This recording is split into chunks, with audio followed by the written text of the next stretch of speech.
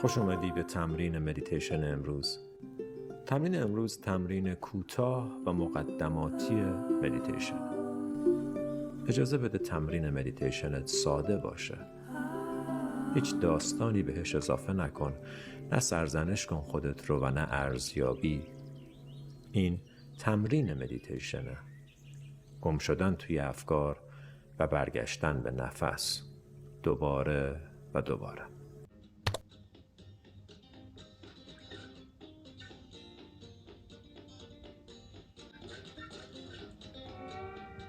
Hello and welcome to Yoga with Adriene. I'm Adriene and this is Benji, and today we have an awesome little yoga for when you wake up or when you need a little wake up.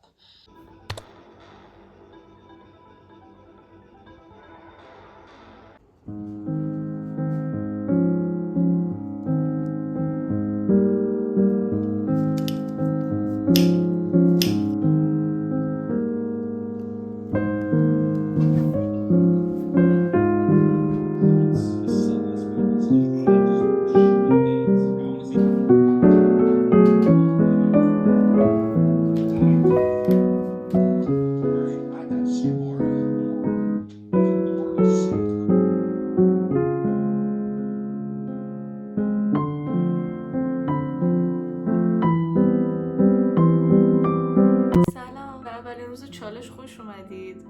الان ساعت 3 و از ساعت 7:30 من بیدارم و کارامو کردم. تا الان تقریبا 2-3 تا چیز از لیستم تیک خورد و میخوایم بریم بقیه هدفمون انجام بدیم که میشه کتاب خوندن و آلمانی خوندن. ولی قبلش بیایید اینجا کاری که انجام دادیم رو تیک بزنیم. خب میتونید اینا رو واسه خودتون روی کاغذ بنویسید و اونجا تیکش بزنید به صورت دستی، یا میتونید اینجا واسه خودتون درستش کنید. حالا یا تو نوشن یا توی همین گوگل داکس میتونید درست کنید مثل من دیلی روتین. میتونید اینجا بنویسید هدفاتون رو و هر وقت که خواستید تیکش رو بزنید. مثلا اینجا ساعت بیداری منه که امروز بود ساعت 7:30. ولاگ گرفتنه که دارم ویدیو میگیرم، پس میتونم اینو بزنم. آلمانی رو هنوز نخوندم. اینم تیک ورزش کردن و کتاب خوندن که اونم هنوز شروع نکردیم. بچه اینا رو خیلی بهتون پیشنهاد میکنم، این اسانسایی که میذاری که اتاق بوی خوبی بگیره. بهترینی که من تا حالا گرفتم ولی اینه. من چون دیگه نزدیک ظهره و من داره گشنم میشه، حوصله شروع کردن آلمانی رو ندارم و میذارمش واسه یه وقتی که حوصله‌ام بیشتره. الان میریم با هم کتاب میخونیم.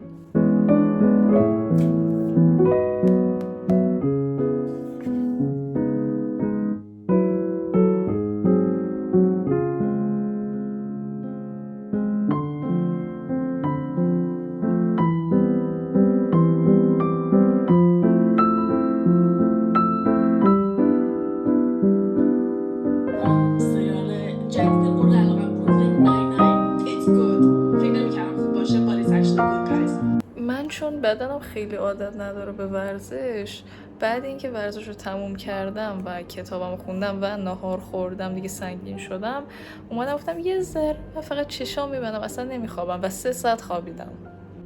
بعدش هم که بیدار شدم داشتم ادیتای آخر ویدیومو انجام میدادم، همون ویدیویی که چالش رو معرفی میکنم و اونم خیلی طول کشید تا ساعت کنم 11-12 شب. الان ساعت 12:55 است و آخرین کارم مونده، آخرین هدف چالشم مونده که آلمانی خوندنه.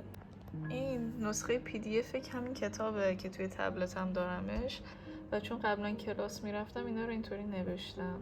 کتاباشم گرفته بودم به خاطر اینکه دیدم خیلی سخته بخوای تمریناش رو، این کتاب ورکبوکش رو اینجا حل کنی و اونقدر اندازه کتاب فیزیکیش راحت نیست. واسه همین این نسخه‌ش هم گرفته بودم اون موقع.